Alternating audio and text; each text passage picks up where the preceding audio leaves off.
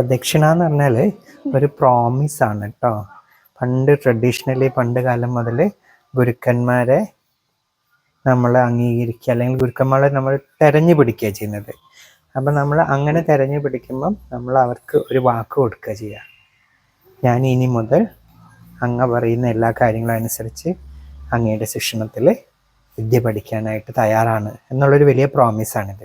ഇത് ഞാൻ എന്താ ഓർമ്മപ്പെടുത്താൻ കാരണം എന്ന് വെച്ചാൽ, ഇപ്പോൾ കുട്ടികളൊക്കെ ഒന്ന് ദക്ഷിണ വെച്ചിട്ട് 2 ദിവസം ക്ലാസ്സിൽ വരും, അല്ലെങ്കിൽ കുറച്ച് കഴിഞ്ഞിട്ട് വേറെ സ്ഥലത്ത് പോകും, അവിടെയും 2 ദിവസം ക്ലാസ്സിൽ വരും.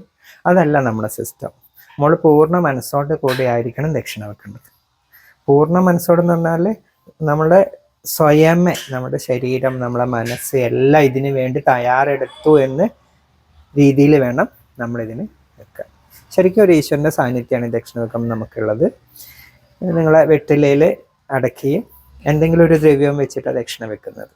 അതേപോലെ ഞാനും മോക്കൊരു പ്രോമിസ് തരുന്നുണ്ട്, എനിക്ക് ഈ വിദ്യ പറഞ്ഞു കൊടുക്കാൻ കഴിവുണ്ടെങ്കിൽ മാത്രമേ ഞാൻ ഈ ദക്ഷിണ വാങ്ങാൻ പാടുള്ളൂ. മോളുടെ എല്ലാ കാര്യത്തിലും എനിക്ക് ഇടപെടാനുള്ള അവകാശമുണ്ട്. വൃത്തിയായിട്ട് ജീവിക്കുക, ഡിസിപ്ലിൻ ആകുക, അങ്ങനെയുള്ള കുറേ കാര്യങ്ങൾ നമ്മൾ ഒരു ഗുരുവിൽ നിന്ന് പഠിക്കേണ്ടതുണ്ട്. അപ്പം അതിൻ്റെയൊക്കെ ഒരു വലിയ പ്രോമിസാണ് നമ്മുടെ ദക്ഷിണ എന്ന് പറയുന്നത്. അപ്പം അത് മനസ്സിൽ വിചാരിച്ചിട്ട് ഈശ്വരനെ വിചാരിച്ച് അച്ഛനെ അമ്മയൊക്കെ പ്രാർത്ഥിച്ചിട്ട് ദക്ഷിണ തരും. ഓക്കെ.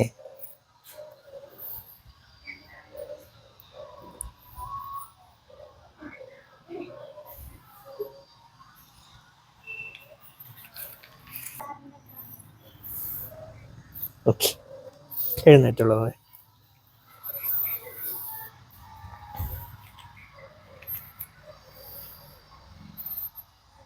ഈ വെറ്റിലയുടെ അറ്റത്ത് ലക്ഷ്മി ദേവി ഉണ്ടെന്നാണ് വിചാരിക്കുന്നത്. ദേവിയുടെ എല്ലാ അനുഗ്രഹവും നിങ്ങൾക്ക് ഉണ്ടാകട്ടെ, സർവ്വ ഐശ്വര്യം ഉണ്ടാകട്ടെ എന്നാണ് നമ്മൾ പ്രാർത്ഥിക്കുക.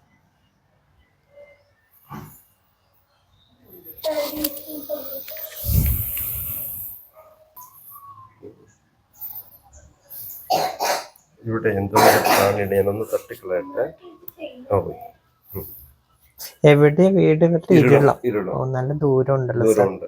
അപ്പൊ ഞായറാഴ്ചകളിൽ ഇതാണ് വിഷ്ണുപ്രിയ.